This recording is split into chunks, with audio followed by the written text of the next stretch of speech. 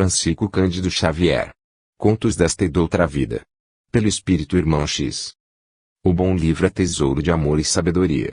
Na sua claridade, santificamos a experiência de cada dia, encontramos horizontes novos e erguemos o próprio coração para a vida mais alta.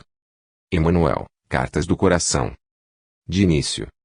Devotado amigo espiritual costuma dizer-nos que há livros revelações, livros tesouros, livros bálsamos, livros refeições, livros venenos, livros bombas. Propomos-nos definir este volume como sendo prato inofensivo, lanche mental leve e simples, aspirando a ser útil aos viajantes da Terra, seja na travessa de pequenas dificuldades ou na indagação construtiva para escolha de rumos.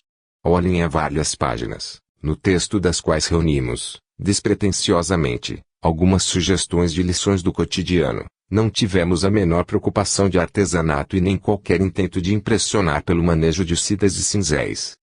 Aqui, neste punhado de crônicas humildes, encontrará o leitor amigo apenas o desejo de aprender com todos, na permuta de ideias e sentimentos que nos restaurem as energias da alma, em agape ligeiro, sem mergulhar, de modo profundo, nas realidades da vida. Em nos referindo a repasto breve nos valores do espírito, sem maior imersão no conhecimento superior, dir-se-á talvez que ignoramos o engano de Esaú, trocando com Jacob os direitos da primogenitura por uma tigela de lentilhas, atitude estovada num caçador exímio qual neto de Abraão, perfeitamente capaz de esperar pelos quitutes de Rebeca. Cabe-nos declarar, formalmente, que não desconsideramos, de maneira alguma, a necessidade do estudo e da meditação, diante dos problemas do universo, que nos compelem ao trato dos livros luzes. Nós, porém, os homens desencarnados companheiros e devedores da multidão terrestre, atormentada pela fome de paz e esclarecimento, não podemos olvidar que Jesus, ante o povo exausto e doente, ensinou a verdade mas multiplicou também o pão. Irmão X. Uberaba, 20 de janeiro de 1964. 1. Mediunidade. No limiar do sono, Adelino Saraiva inquiria em prece: Senhor, por que motivo tanta indiferença dos homens, perante a mediunidade? Prodígios aparecem, maravilhas se fazem. A sobrevivência, para lá da morte, em matéria provada. Há mais de um século, Senhor, medianeiros inúmeros hão nascido entre os homens, entregando às nações constantes mensagens da vida eterna. Por que razão a distância entre a fé e a ciência? Não seria justo obrigar o poder humano a render-se? Por que adiar a padronização da energia mediúnica, através da qual os desencarnados se exprimam, de maneira inequívoca, compelindo os povos a reconhecerem a vida, além? Sob o crivo de mentes múltiplas, a mediunidade parece combater a si própria. Entretanto, Senhor, se controlada pela administração terrestre, indiscutivelmente proporcionará demonstrações matemáticas, afirmando sem certezas irremovíveis, qual acontece à radiofonia e à televisão. Saraiva entrou em sonho e, como se fosse arrebatado de improviso, reconheceu sensidade enorme. Ele, médium abnegado, continuava médium, contudo, fato estranho, via-se num carro faustoso, escoltado por assessores atentos. Sentia-se nimbado de importância pessoal, mas constrangido por fiscalização rigorosa. Depois de longo trajeto por ruas e praças, em que lhe era dado observar o temor e a veneração que os circunstantes lhe tributavam, atingiu o palácio soberbo, onde outros médiuns o esperavam. Reparou que ele e os demais trajavam roupa a caráter, conforme o grau de autoridade que lhes era atribuído. Túnicas douradas, faixas róseas, auréolas de prata, símbolos, anéis, amuletos. Ante as ordens de um chefe, acomodaram-se em poltronas para a recepção da palavra nascida nos planos superiores. Surpreendido, porém, notou que ali, naquele monumento de governança onde a mediunidade era absolutamente reverenciada e reconhecida, a mensagem dos instrutores desencarnados não encontrava curso livre. As lições e apelos da esfera sublime sofriam podas e enxertos, segundo as conveniências dos maiorais. Espíritos generosos e amigos deviam ceder lugar a vampiros astuciosos que inspiravam projetos de exploração e influência. Conservava-se o nome de Deus e a custódia do Evangelho nas legendas da luz e da reunião. Contudo, a socapa, os diretores do conclave, não obstante aparente respeito aos dons medianímicos, torciam as revelações na pauta dos interesses políticos. Finança e prestígio social, luxo e dominação surgiam na ponta. Ninguém queria saber de justiça divina e fraternidade humana. Que a humanidade ficasse onde estava, que o povo era besta de carga, desde o princípio do mundo. Progredisse quem quisesse. Nada de auxílio espontâneo. Só o grupo prepotente devia mandar. Conversava-se, em nome de Jesus, mas não faltava ali mesmo quem se referisse ao suposto fracasso do Mestre. Nem o Cristo havia escapado à condenação. Que companheiro algum fosse tão tolo ao ponto de provocar o levantamento de novas cruzes. Que o mundo espiritual existia, era assunto pacífico, no entanto, que ninguém se despreocupasse do bolso cheio e da mesa farta, na própria terra, ainda que isso custasse suor e sangue dos semelhantes. Ergue-se Adelino, corajoso, e protestou veemente. Esclareceu que a mediunidade é instrumento do Senhor para alívio e instrução de todas as criaturas. Não devia sofrer restrições ou converter-se em agentes de sindicatos das trevas, à maneira dessa ou daquela preciosa força da natureza, jugulada pelos empresários do crime e pelos fazedores da morte.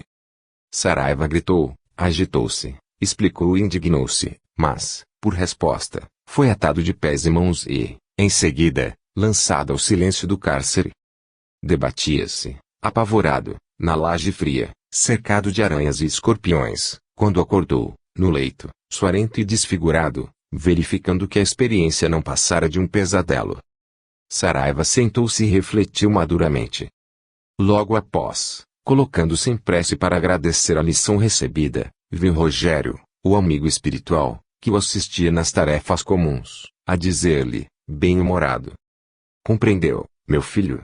Vocês consideram estranha a atitude do plano superior.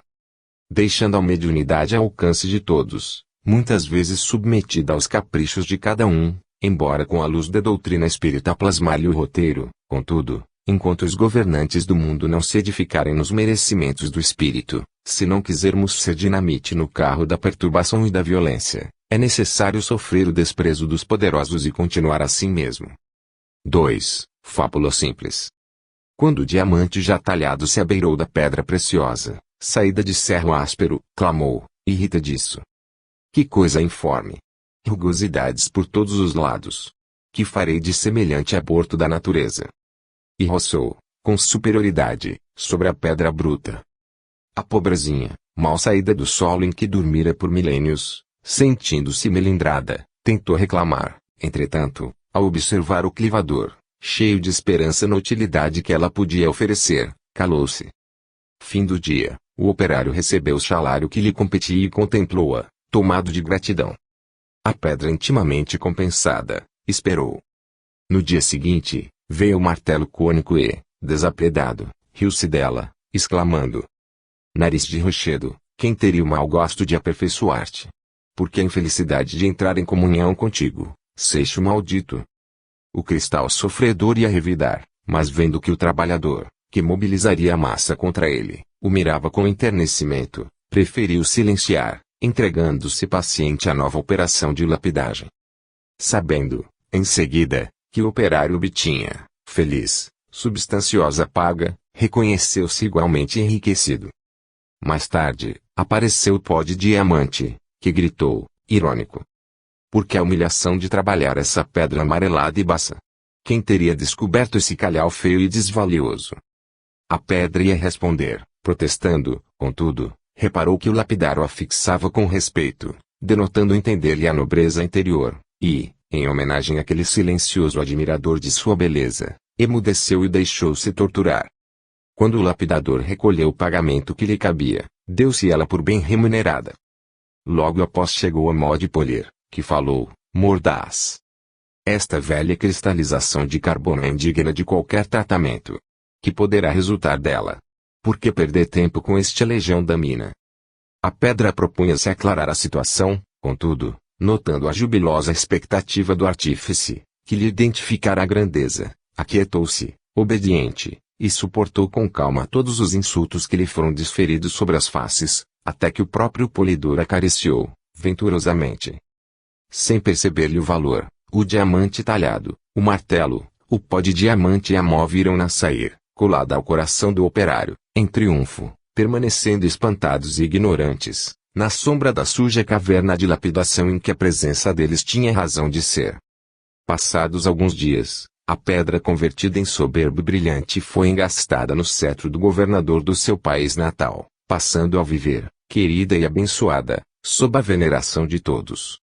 Se encontraste no mundo criaturas que se fizeram diamante descaridoso, martelo impiedoso, pó irônico ou mó sarcástica sobre o réu coração, suporta-as com paciência, por amor daqueles que caminham contigo, e espera, sem desânimo, porque, um dia, transformada é a tua alma em celeste clarão, virás à furna terrestre agradecer-lhes as exigências e os infortúnios com que te alçaram a glória dos cimos. 3. O ferreiro intransigente. Comentávamos o problema da compaixão, quando se abeirou de nós antigo orientador e narrou, bem-humorado. Conheci um caso interessante na Idade Média. Em que pequenina aldeia do velho mundo que os séculos já transformaram, jovem ferreiro apaixonou-se pelo rigor da justiça. Integrando certa facção política, considerava todas as pessoas que lhe não esposassem os pontos de vista por inimigos a combater. Atrabiliário e sectarista, imaginava os mais difíceis processos de perseguição aos adversários. A tolerância representava para ele grave delito. Se alguém não rezasse por sua cartilha, ficava assinalado a ponto escuro. Disposto a contendas, embora a posição humilde que desfrutava, sabia complicar a situação dos desafetos, urdindo intrigas e ciladas contra eles. Assim aqui, certa feita, procurou o juiz que regia a comuna com benevolência e equidade e propôs-lhe a reconstrução do cárcere. A enxovia desmoronava-se. Qualquer malfeitor provocava facilmente a evasão. As grades frágeis cediam ao assalto de qualquer um. Impossível o trabalho da detenção. Era necessário sustar o insulto à polícia. Oferecia-se, desse modo, para sanar o problema. Daria novo aspecto ao cubículo. Prisão que fosse prisão. O magistrado, velho experiente e bondoso, observou. Meu filho, a justiça deve ser exercida com amor, para que se não converta em crueldade, porque lá vem um dia em que precisamos ser justiçados por nossa vez. O moço, porém, insistiu. A cadeia menosprezada não merecia respeito. Tanto reclamou que atingiu o objetivo a que se propunha. Recebendo a concessão para reformar o cárcere, esmerou-se quanto pôde. Deu nova feição às grades. Criou um sistema de cadeados, pelo qual era impossível a escapatória.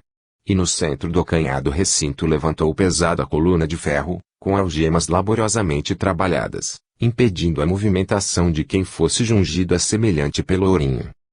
A ideia foi bem sucedida. O serviço revelou-se tão eficiente que o jovem artífice foi procurado por autoridades de outros recantos e larga prosperidade abriu-lhe as portas. A novidade ofereceu-lhe fama e fortuna. Durante 20 anos, coadjuvado por operários diversos, o nosso ambicioso amigo fabricou prisões para numerosas cidades do seu tempo. Senhor de vasto patrimônio material, transferiu residência do vilarejo provinciano para a grande metrópole e, certa noite supondo defender-se, cometeu leve falta que inimigos gratuitos se incumbiram de solenizar. O antigo ferreiro foi preso, de imediato. Internado, mentalizou a ajuda de companheiros que o auxiliassem na fuga, mas, assombrado, reconheceu, pela marca dos ferros, que fora trancafiado num cárcere de sua própria fabricação, sofrendo rigorosa pena que, começando por acabrunhá-lo, acabou por infligir-lhe a morte. Terminada a história rápida, fixou-nos de maneira expressiva e rematou. Somente a compaixão pode salvar-nos, soerguendo-nos do abismo de nossas próprias faltas. Qualquer punição extremada que receitarmos para os outros será como a prisão do ferreiro intransigente. Os laços que armarmos contra o próximo serão inevitável flagelo para nós mesmos. Logo após, sem dar-nos tempo para qualquer indagação, sorriu com serenidade e seguiu adiante. 4. Aprendizes e adversários. Jonatã, Jessé e Eliaquim, funcionários do Templo de Jerusalém, passando por Cafarnaum, procuraram Jesus no singelo domicílio de Simão Pedro. Recebidos pelo Senhor, entregaram-se, de imediato, à conversação. Mestre, disse o primeiro traço, soubemos que a tua palavra traz ao mundo as boas novas do reino de Deus e, entusiasmados com as tuas concepções, hipotecamos ao teu ministério o nosso aplauso irrestrito. Aspiramos, Senhor, à posição de discípulos teus. Não obstante as obrigações que nos prendem ao sagrado tabernáculo de Israel, anelamos servir-te, aceitando-te as ideias e lições, com as quais seremos colunas de tua causa na cidade eleita do povo escolhido. Contudo, antes de solenizar nossos votos, desejamos ouvir-te quanto à conduta que nos compete à frente dos inimigos. Messias, somos hostilizados por terríveis desafetos, no santuário, exclamou o segundo traço, e, extasiados com os teus ensinamentos, estimaríamos acolher-te a orientação. Filho de Deus, pediu o terceiro traço, ensina-nos como agir. Jesus meditou alguns instantes, e respondeu. Primeiramente, é justo considerar nossos adversários como instrutores. O inimigo vê junto de nós a sombra que o amigo não deseja ver e pode ajudar-nos a fazer mais luz no caminho que nos é próprio.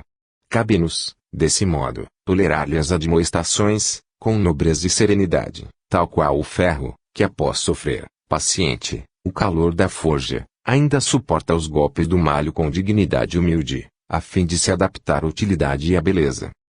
Os visitantes entreolharam-se, perplexos, e Jonatã retomou a palavra, perguntando: Senhor, e se somos injuriados? Adotemos o perdão e o silêncio, disse Jesus. Muita gente que insulta é vítima de perturbação e enfermidade. E se formos perseguidos? Indagou Jessé. Utilizemos a oração em favor daqueles que nos afligem, para que não venhamos a cair no escuro nível da ignorância que se acolhem. Mestre, e se nos baterem, esmurrarem? Interrogou Eliaquim. Que fazer se a violência nos avilta e confunde? Ainda assim esclareceu o brando interpelado traço. A paz íntima deve ser nosso asilo e o amor fraterno a nossa atitude, porquanto, quem procura se viciar o próximo de lhe será-lhe está louco e merece compaixão. Senhor, insistiu Jonatã traço, que resposta oferecer, então, a maledicência, a calúnia e a perversidade? O Cristo sorriu e precisou. O maledicente guarda consigo o infortúnio de descer à condição do verme que se alimenta com o lixo do mundo. O caluniador traz no coração largas doses de fel e veneno que lhe flagelam a vida, e o perverso tem a infelicidade de cair nas armadilhas que tece para os outros. O perdão é a única resposta que merecem, porque são bastante desditosos por si mesmos. E que reação assumir perante os que perseguem? Inquiriu Jessé, preocupado. Quem persegue os semelhantes tem o espírito em densas trevas e mais se assemelha ao cego desesperado que investe contra os fantasmas da própria imaginação, arrojando-se ao fosso do sofrimento.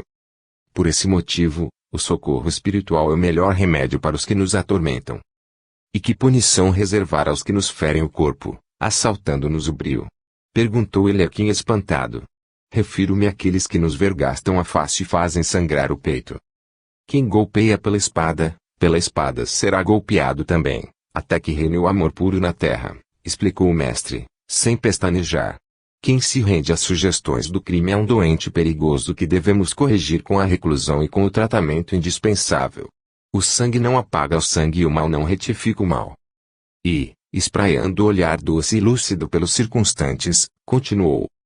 É imperioso saibamos amar e educar os semelhantes com a força de nossas convicções e conhecimentos, a fim de que o reino de Deus se estenda no mundo. As boas novas de salvação esperam que o santo ampare o pecador, que o são ajude o enfermo, que a vítima auxilie o verdugo. Para isso, é imprescindível que o perdão incondicional, com o ouvido de todas as ofensas, assegure a paz e a renovação de tudo. Nesse ínterim, uma criança doente chorou em alta voz num aposento contíguo. O mestre pediu alguns instantes de espera e saiu para socorrê-la, mas, ao regressar, debalde buscou a presença dos aprendizes fervorosos e entusiastas. Na sala modesta de Pedro não havia ninguém. 5. O anjo cinzento.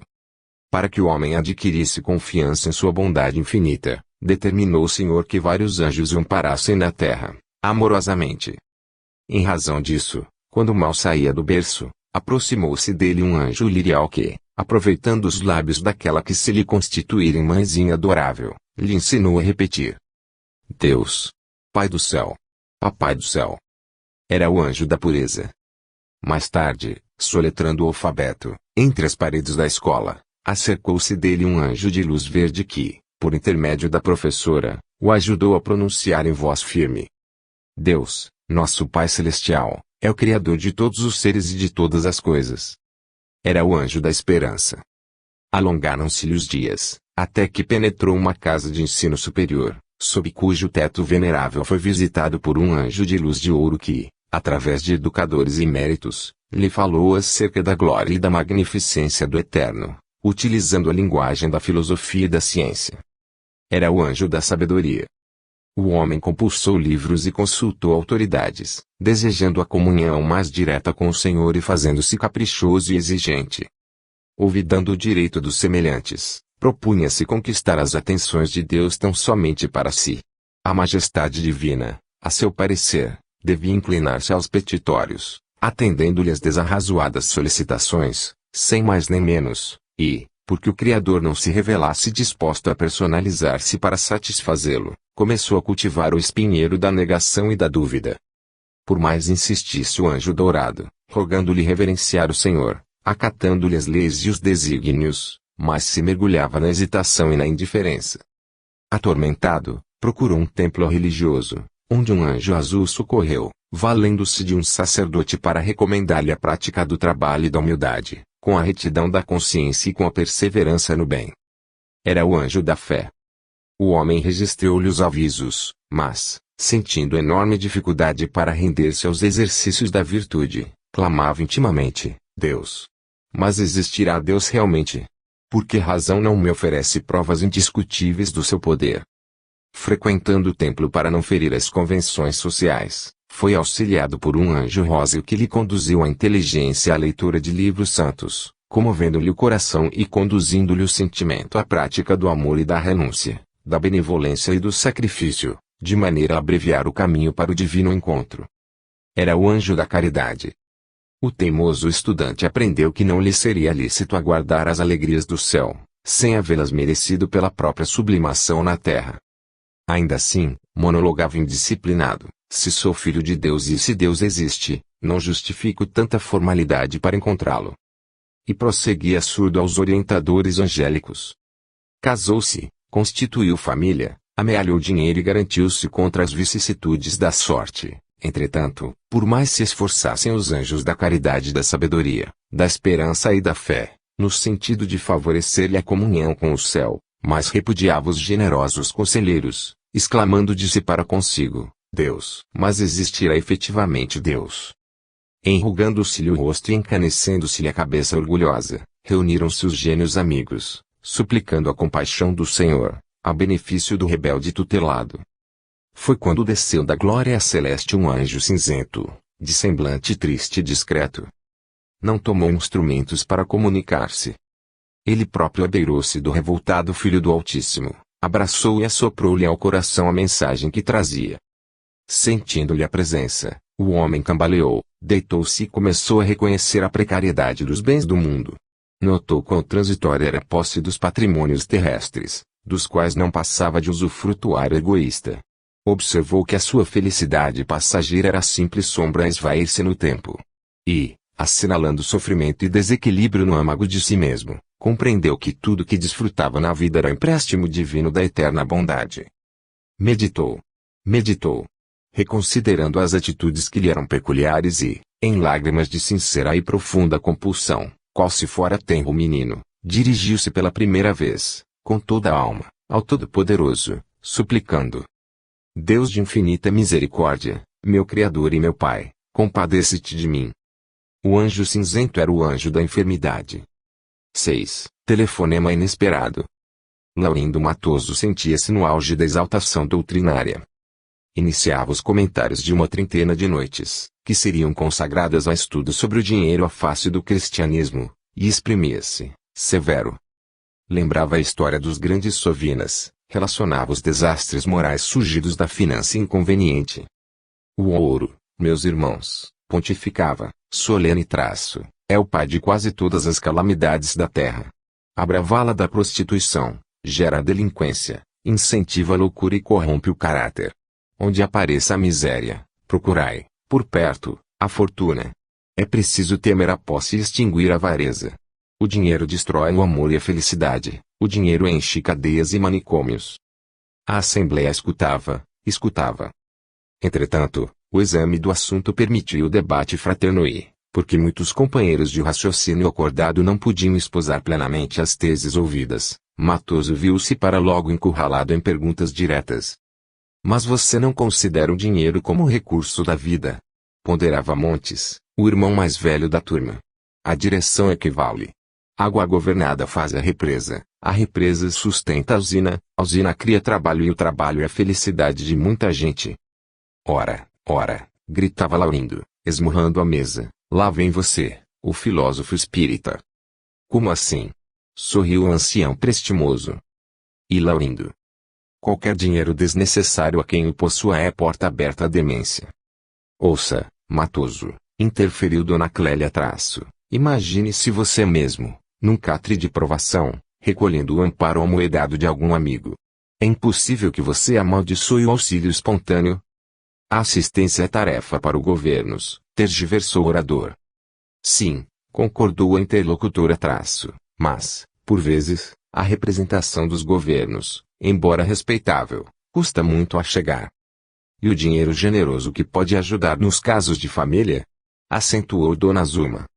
Naturalmente, o senhor não tem, como nos acontece, um filho acusado por um desfalque no banco. A quantia que nos foi emprestada, para salvar-lhe o nome, funcionou como bênção. Nada disso, protestou Laurindo, excitado. Não houvesse o dinheiro e não surgiriam vexações. A paga dourada é que faz os defraudadores. Estudei a questão quanto pude. Em todas as civilizações, o dinheiro é responsável por mais da metade dos crimes. A preleção seguia animada, com apartes ardentes, quando o telefone chamou Laurindo em pessoa. O aviso procedia do recinto doméstico e, por isso, o monitor não conseguiu esquivar-se. Ao telefone processou-se o seguinte diálogo. É você, Laurindo? Sim. Olhe, informava a esposa distante Traço, um portador chegou agora. Que há? Inquiriu Matoso, austero e preocupado. Meu avô morreu e deixou-nos todos os bens. A fazenda, os depósitos, as apólices. Venha. Precisamos combinar tudo. É muito problema por decidir, mas creio que a herança nos libertará de todo cuidado material para o resto da vida. Bem, filha, e a voz do Matoso adocicou-se, de inesperado traço, vou já. Logo após, algo atarantado, pediu desculpas, alegando que precisava sair. E o final da palestra? Disse Oswaldo Moura, um amigo que acompanhava as instruções, empunhando notas. Temos o mês inteiro para discutir o temário, explicou o orador. O dinheiro é o flagelo dos homens. É imperioso guerreá-lo sem tréguas. Continuarei amanhã. Os dias se passaram e, por mais solicitado ao regresso, Laurindo nunca mais voltou. 7. Servir mais. Efraim ben Asseve, caudilho de Israel contra o poderio romano, viera a Jerusalém para levantar as forças da resistência, e, informado de que Jesus, o profeta, fora recebido festivamente na cidade, resolveu procurá-lo, na casa de Obede, o guardador de cabras, a fim de ouvi-lo. Mestre, falou o guerreiro Traço, não te procuro como quem desconhece a justiça de Deus, que corrige os erros do mundo, todos os dias. Tenho necessidade de instrução para minha conduta pessoal no auxílio do povo. Como agir, quando o orgulho dos outros se agiganta e nos entrava o caminho? Quando a vaidade ostenta o poder e multiplica as lágrimas de quem chora? É preciso ser mais humilde e servir mais, respondeu o Senhor, fixando nele olhar translúcido. Mas, e quando a maldade se ergue, espreitando-nos a porta? Que fazer, quando os ímpios nos caluniam à feição de verdugos? E Jesus, é preciso mais amor e servir mais. Senhor, e a palavra feroz? Que medidas tomar para coibi-la? Como proceder, quando a boca do ofensor cospe fogo de violência, qual nuvem de tempestade, arremessado raios de morte? É preciso mais brandura e servir mais. E diante dos golpes? Há criaturas que se esmeram na crueldade, ferindo-nos até o sangue. De que modo conduzir nosso passo, à frente dos que nos perseguem sem motivo e odeiam sem razão? É preciso mais paciência e servir mais. E a pilhagem, Senhor? Que diretrizes buscar, perante aqueles que furtam, desapredados e poderosos, assegurando a própria impunidade à custa do ouro que ajuntam sobre o pranto dos semelhantes? É preciso mais renúncia e servir mais. E os assassinos? Que comportamento adotar, junto daqueles que incendiam campos e lares, exterminando mulheres e crianças. É preciso mais perdão e servir mais. Exasperado, por não encontrar alicerces ao revide político que aspirava a empreender em mais larga escala, indagou Efraim. Mestre, que pretendes dizer por servir mais? Jesus afagou uma das crianças que o procuravam e replicou, sem afetação. Convencidos de que a justiça de Deus está regendo a vida, a nossa obrigação, no mundo íntimo, é viver retamente na prática do bem, com a certeza de que a lei cuidará de todos. Não temos, desse modo, outro caminho mais alto senão servir ao bem dos semelhantes, sempre mais. O chefe israelita, manifestando imenso desprezo, abandonou a pequena sala, sem despedir-se.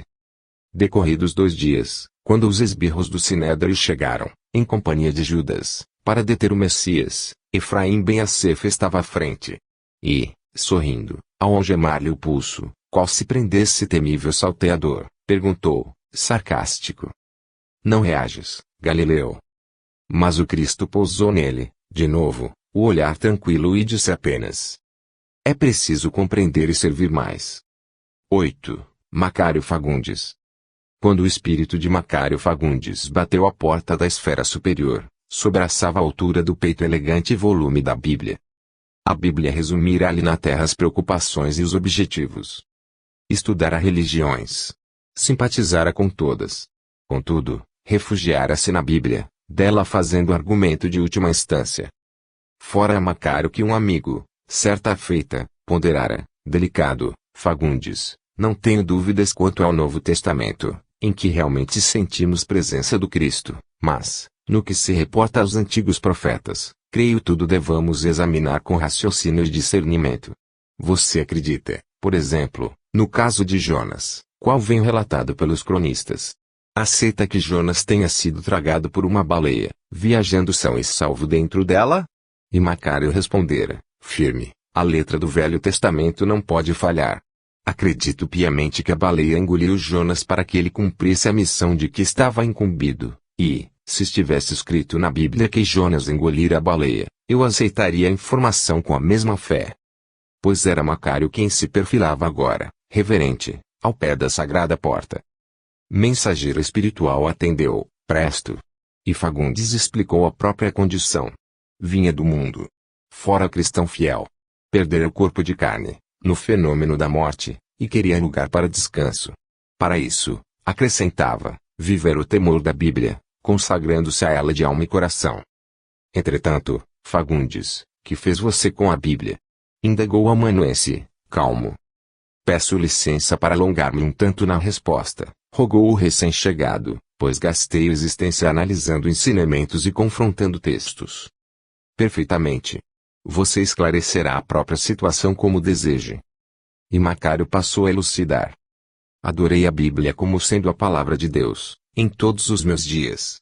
Sei que outros estudantes possuem apontamentos mais ou menos diversos de minha estatística pessoal, efetuada em longo tempo de estudo. No entanto, posso dizer que a Bíblia está contida em 69 livros, sendo 42 no Velho Testamento e 27 no Testamento Novo. E prosseguiu. O tesouro eterno, dentro dos livros referidos, está formado de 1189 capítulos. Os 1189 capítulos estão divididos em 31.138 versículos. Os 31.138 versículos possuem 774.748 palavras. As 774.748 palavras estão articuladas com 3.566.512 letras. O meio da Bíblia fica no versículo 8, do Salmo 118, em que o profeta diz claramente: é melhor confiar no Senhor do que confiar no homem. O versículo mais longo é o de número 9 sublinhado, do capítulo 8, do livro de Ester, que relaciona uma ordem de Mardoqueu, e o versículo mais curto é o de número sublinhado 35, do capítulo 11, do Evangelho de João, que dá notícias do pranto de Jesus por Lázaro morto. Creio seja desnecessário alinhar anotações vulgarmente sabidas, mas é importante apontar que a Bíblia gastou cerca de 1000 anos para ser escrita, e está traduzida em mais de 1000 línguas e dialetos. Macário silenciou. Admitindo que ele apresentara quanto pretendia, o mensageiro replicou: Efetivamente, a sua cultura do livro sagrado é espantosa, mas houve um mal-entendido. Desejamos saber o que você realizou com a Bíblia no coração e nas mãos. Tornou Fagundes, repentinamente desapontado. Já disse o que consegui. Minha confiança na Bíblia diz tudo. Sim, os seus conhecimentos são admiráveis, no entanto, a esfera superior pede obras edificantes. A lei determina seja cada um de nós julgado pelas próprias obras. É preciso que você relacione os próprios feitos. O apóstolo Paulo, adiantou Macário, desculpando-se, declara no versículo 1, do capítulo 5, na Epístola aos Romanos, que justificados pela fé temos paz com Deus, por nosso Senhor Jesus Cristo. Sem dúvida, atalhou o amigo espiritual, a fé constitui o alicerce de todo o trabalho, tanto quanto o plano é o início de qualquer construção.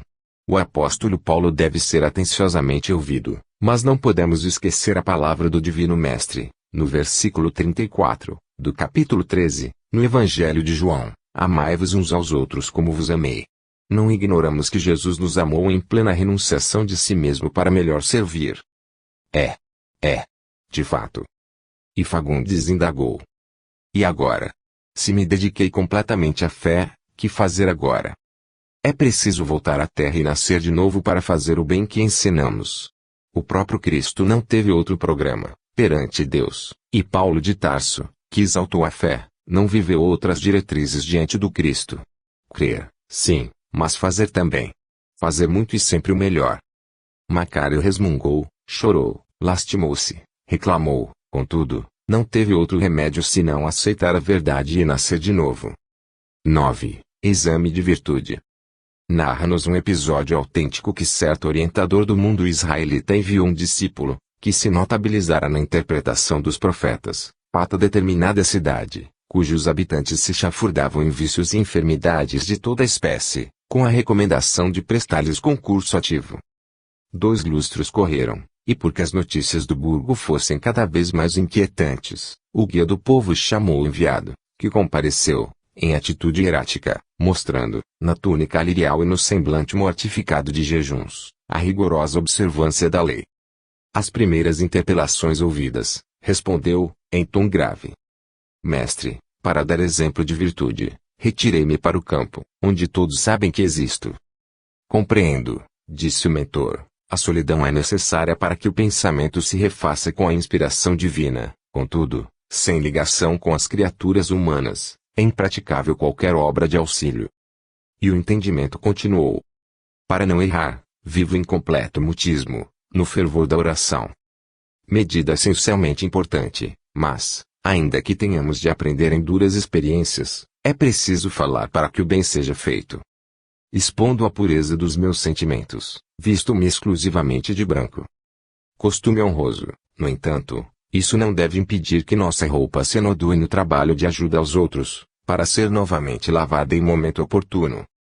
Minhas refeições são apenas de ervas.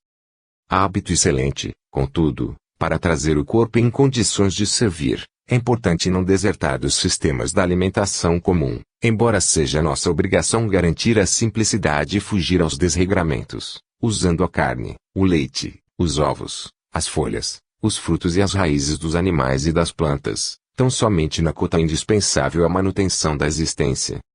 Durmo sem qualquer agasalho, fustigando as tendências inferiores. Louvável propósito, mas, na preservação da saúde orgânica, é justo repousar, nos moldes em que os outros descansam, a fim de que a vida no corpo nos ofereça rendimento para o melhor. Faço, porém, muito mais. Tenho o leito eriçado de pregos, castigando a volúpia da carne. Nobre intento, sem dúvida. Entretanto, vale mais combater a nós mesmos, na prestação de serviço ao próximo, para que a nossa luta não seja vã. Silenciando o pupilo, indagou um chefe. E a tarefa de que te incumbiste? Mestre, replicou o mensageiro, desapontado, sinceramente devo dizer que os cuidados na apresentação da virtude me tomam o tempo todo. Nisso, belo cavalo de Alvo-Pelo entrou no átrio da casa, conduzindo o pobre ferido, cujas últimas energias o deserto esgotara. O velho orientador comandou as providências iniciais de socorro e, trazendo o discípulo à frente do soberbo animal que escarvava o solo, falou com bondade. Pois olha, meu filho, este cavalo igualmente mora no retiro da natureza, não se expressa em linguagem humana, veste-se todo em cabelos cor de neve, come apenas a erva do chão, dorme ao relento, é calçado de cravos perfurantes e não passa de um cavalo. Mesmo assim, é o companheiro dos viajantes fatigados e, ainda agora, acaba de arrebatar um mercador prestimoso à sepultura de areia.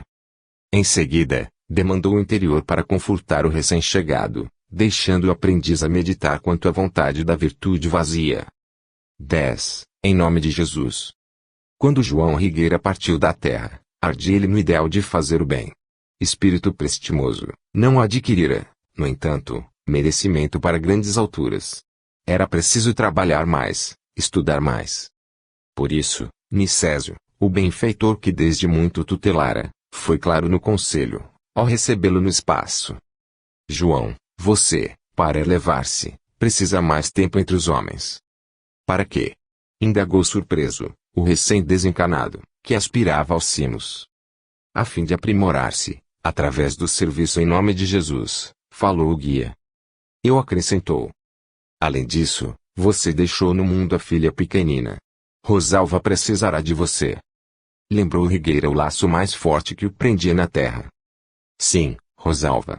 O anjinho que a esposa inconsequente lhe deixara nos braços, quando seguira no encalço de aventuras inferiores. Desde a separação da companheira, entrara ele em duras lições de entendimento para esquecer, mas ficara a menina. Recordava agora. Antes de libertar-se do corpo físico, entregara aos cuidados de pobre amigo, que se prontificou a interná-la em humilde orfanato. Oh! Deus, como poderia esquecer a filhinha que deixara mal saída do regaço materno? Rigueira começou a chorar, contudo, Nicésia consolou-o. João, seja forte. Você recomeçará que as suas tarefas, em nome de Jesus. Tem um grupo de amigos encanados, junto do qual permanecerá você em atividade, repartindo forças e atenções, entre o burilamento próprio e o amparo à criança. Sim, sim, acentuou o interpelado em pranto copioso, procurarei servir, servir.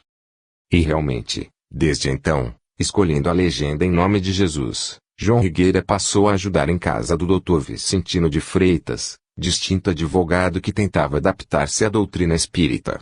A esposa, Dona Guiomar, aquecera em formar uma equipe doméstica para estudos do Evangelho, a qual se juntara Dona Clélia, uma cunhada viúva, e seus 2 filhos, Martim e Luiz Paulo.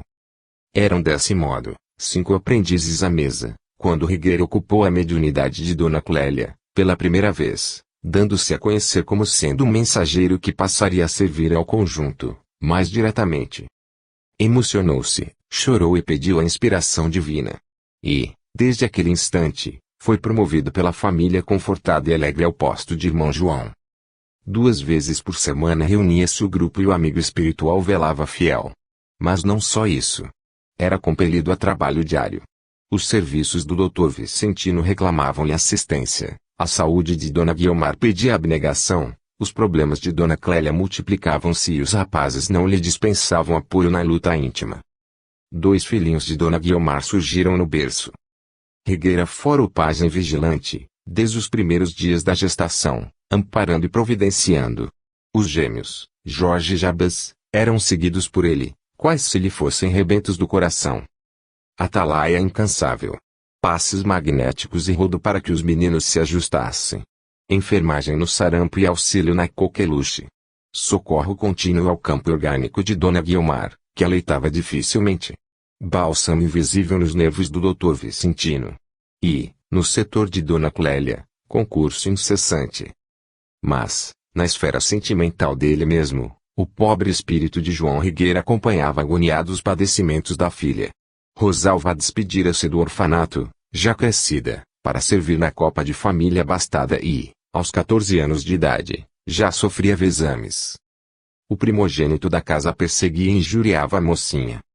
Muitas vezes, o irmão João comparecia às preces e estudos, no lar dos Freitas, de alma em frangalhos, no entanto, nunca faltava. Os filhos do Dr. Vicentino cresceram. Luiz Paulo e Martinho conquistaram diplomas nobres. E Rigueira, no batente, alentando a cada um. À vista de tamanho devotamento, Toda a família condecorava-lhe o nome com referências especiais. O irmão João é o herói da caridade que conhecemos, dizia Dona Clélia, entusiasta. Espírito algum nos ensinou a prática da virtude, tanto quanto ele, rematava Dona Guiomar, fazendo gesto confirmativo com a cabeça. Estimulado por semelhante carinho, Rigueira, certo dia, tomou decisiva resolução. Insistiu mentalmente com a filha para sair da luzida residência em que se achava na bica de grave queda moral. Rosalva, na primavera dos 20 anos, estava desfigurada, abatida. E tão atormentada se via na trama dos pensamentos inferiores, que não resistiu, de modo algum, às sugestões do espírito paterno. Pôs-se a deambular, rua fora, acompanhada de perto por ele, que a conduziu, mecanicamente, para o lar do Dr. Vicentino de Freitas, estuante de otimismo e ternura.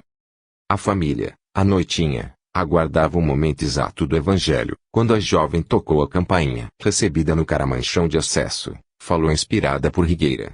Via-se abandonada, pedia trabalho honesto, era órfã, sozinha. Mas o Dr. Vicentino, algo ríspido, explicou que não precisava de empregada. Dona Guiomar esclareceu que não dispunha de possibilidade para examinar a proposta. E Dona Clélia, mais generosa, deu-lhe 20 cruzeiros para um lanche, recomendando-lhe fosse à casa da esquina próxima, onde, segundo ouvira dizer, necessitavam de cozinheira. Rosalva retirou-se em lágrimas e, além do portão, ouviu Dona Guiomar que comentava severa. Deve ser uma perdida qualquer. Ao que Dona Clélia ajuntou com sarcasmo. De moça que se oferece, Deus me livre. Transcorrida meia hora, os componentes do círculo reuniam-se à mesa. Todos reverentes, em atitude submissa. Fim da prece de abertura, foi lido e minuciosamente interpretado o formoso trecho sobre a beneficência. Em seguida, o amigo espiritual incorporou-se em Dona Clélia para o serviço do passe curativo. Entretanto, como jamais acontecera no curso de quase 20 anos, o benfeitor guardava silêncio, mostrando sinais de imensa amargura. Que houve, irmão João? Perguntou o Dr. Vicentino. Você, triste? Rigueira, porém, fez um sorriso desapontado e respondeu paciente. Não se preocupe, meu amigo. Tudo vai bem. E concluiu. Continuemos trabalhando. Em nome de Jesus. 11. Apuros de um morto. Quando Apolinário Rezende acordou, além da morte, viu-se terrivelmente sacudido por estranha emoção. Ouvia a esposa, Dona Francina, a chamá-lo em gritos estertorosos.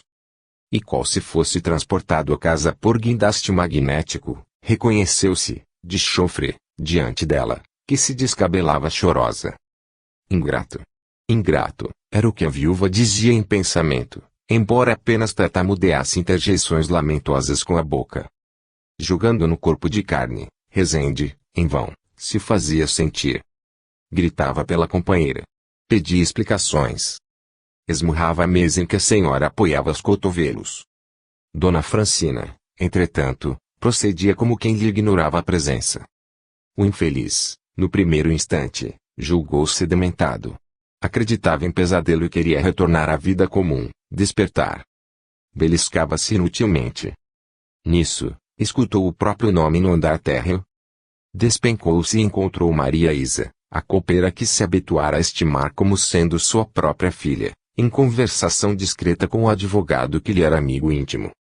O doutor Joaquim Curado ouvia, atento à moça, que lhe confidenciava uma infâmia.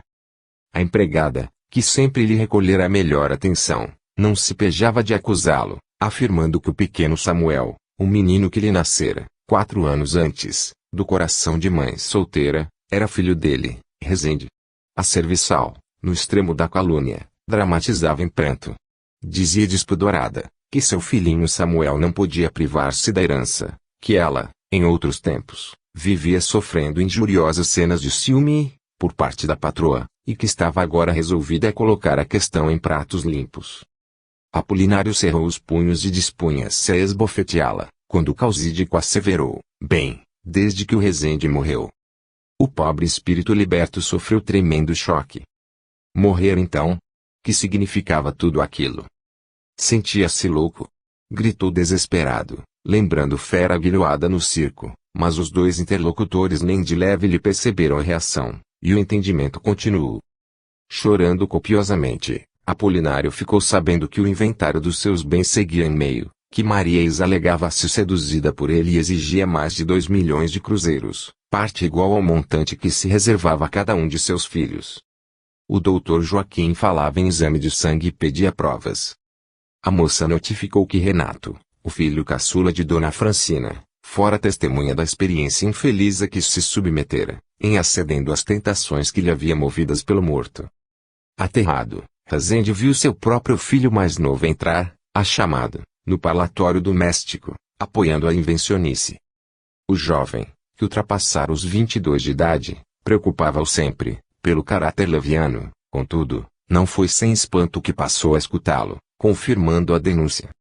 Perante o advogado, surpreendido, Renato anunciou que simplesmente tocado pela compaixão, deliberara ajudar Maria Isa, declarando que o pai, pilhado por ele em vários encontros com ela, resolvera confiar-lhe a verdade, salientando que, um dia, quando viesse a falecer, o menino Samuel não devia ser esquecido, de vez que lhe devia a paternidade. Rezende, tomado de repugnância, desmentia tudo, até que lhe pareceu ouvir os pensamentos do filho, compreendendo, por fim, que Renato se mancomunara com a copeira, de modo a senhorear metade da importância que a ela fosse atribuída pela justiça. Entendeu a chantagem. O rapaz pretendia o maior quinhão e, para isso, não vacilava em chovalhar-lhe o nome. Abatido, procurou Reinaldo, o filho mais velho, moço de comportamento exemplar. Entretanto, foi achá-lo no gabinete, conformado com a situação. O irmão desfechara habilmente o golpe e o primogênito preferia perder parte da herança a desrespeitar a memória do pai. Voltou Rezende ao quarto da esposa e debalde quis confortá-la. Dona Francina ensopara o lenço de lágrimas. Não chorava tanto o dinheiro de que deveria dispor. Lastimava a suposta infidelidade do falecido marido. Recordava todos os dias felizes, em que ambos haviam desfrutado confiança perfeita. Era preciso ser desumano para que lhe mentisse, qual o fizera, dentro do próprio lar. Ansiava conservá-lo puro, na lembrança, viver o resto da existência preparando-se para reencontrá-lo, entretanto. Esforçava-se Rezende para consolá-la, a procurar em si mesmo a razão por que sofria semelhante prova, quando lhe ocorreu um estalo na consciência. Via-se recuar. Sim, Maria Isa recebera dele tão somente considerações respeitosas, contudo, Julieta surgia-lhe agora. Fora-lhe a companheira da juventude, 40 anos antes. Menina de condição modesta aguentara-lhe a ingratidão. Ceder aos seus caprichos de moço impulsivo e passara a guardar-lhe um filhinho, confiando no casamento. Examinando, porém, as próprias conveniências obrigara Julieta a sujeitar-se a vergonhoso processo abortivo e, em seguida, ao vê-la frustrada, abandonou-a na vala do meretrício. Rezende, atormentado em dolorosas reminiscências, inquiria a si próprio se a calúnia de Maria Isa seria a resposta do destino ao sarcasmo em que lançara a Julieta. Onde encontrar a vítima de outra época. Por outro lado, ali estava Dona Francina, a reclamar-lhe assistência, e Maria Isa, a quem devia perdoar a seu turno. Tateava o crânio em fogo. Atravessava o primeiro dia de consciência acordada, depois da morte, e parecia estar no ínfero mental, desde muito tempo. Caiu a noite e Rezende permaneceu aflito junto da esposa, tentando em vão, falar-lhe durante o sono. Manhã cedo, Dona Francina levantou-se, orou à frente da própria imagem dele, na foto de cabeceira, tomou um grande ramo de flores e saiu na direção de um templo. Apolinário seguiu-a, reconhecendo emocionado, que a esposa encomendara um ofício religioso, a benefício da sua felicidade. Findas as preces, Dona Francina tocou para o cemitério. Só então Rezende veio saber que a leal companheira comemorava o 6º mês de sua partida. 183 dias de inconsciência na vida espiritual. Assombrado, fitou a esposa, que se ajoelhara à frente do seu próprio túmulo. Entre angustiado e curioso, inclinou-se para a lápide e soletrou espantadiço. Aqui jaz Apolinário Rezende. E, em letras menores, orai pelo descanso eterno de sua alma. Quando leu as palavras descanso eterno, Rezende passou a refletir sobre as agonias morais a que era submetido, desde a véspera, e, embora sentindo imenso desejo de chorar, esqueceu a quietude do Campo Santo e desferiu, em desespero, enorme gargalhada. 12. Verdugo e vítima. O rio transbordava. Aqui e ali, na crista espumosa da corrente pesada, boiavam animais mortos ou deslizavam touras e ramarias. Vazantes em torno davam expansão ao crescente lençol de massa barrenta. Famílias inteiras abandonavam casebres, sob a chuva, carregando aves espantadiças, quando não estivessem puxando algum cavalo magro. Quirino, o jovem barqueiro, que 26 anos de sol no sertão haviam enrijado de todo, ruminava plano sinistro. Não longe, em casinhola fortificada, vivia Licurgo, conhecido usuário das redondezas. Todos o sabiam proprietário de pequena fortuna que montava a guarda vigilante. Ninguém, no entanto, poderia avaliar-lhe a extensão, porque, sozinho envelhecera e sozinho atendia às próprias necessidades. O velho, dizia Quirino de si para consigo, será atingido na certa. É a primeira vez que surge uma cheia como esta. Agarrado aos próprios haveres, será levado de roldão. E se as águas devem acabar com tudo, por que não me beneficiar? O homem já passou dos 70. Morrerá a qualquer hora. Se não for hoje, será amanhã, depois de amanhã. E o dinheiro guardado? Não poderia servir para mim, que estou moço e com pleno direito ao futuro. O aguaceiro caía sempre, na tarde fria. O rapaz, hesitante, bateu à porta da choupana molhada. Seu Licurgo. Seu Licurgo. E, ante o rosto assombrado do velhinho que assomara a janela, informou. Se o senhor não quer morrer, não demore. Mais um pouco de tempo e as águas chegarão. Todos os vizinhos já se foram. Não, não, resmungou o proprietário, moro aqui há muitos anos. Tenho confiança em Deus e no rio. Não sairei. Venho fazer-lhe um favor. Agradeço, mas não sairei. Tomado de criminoso impulso, o barqueiro empurrou a porta mal fechada e avançou sobre o velho, que procurou em vão reagir. Não me mate, assassino. A voz rouquenha, contudo, silenciou nos dedos robustos do jovem. Quirino largou para um lado o corpo amolecido, como traste inútil, arrebatou o pequeno molho de chaves do grande cinto e, em seguida, varejou todos os escaninhos.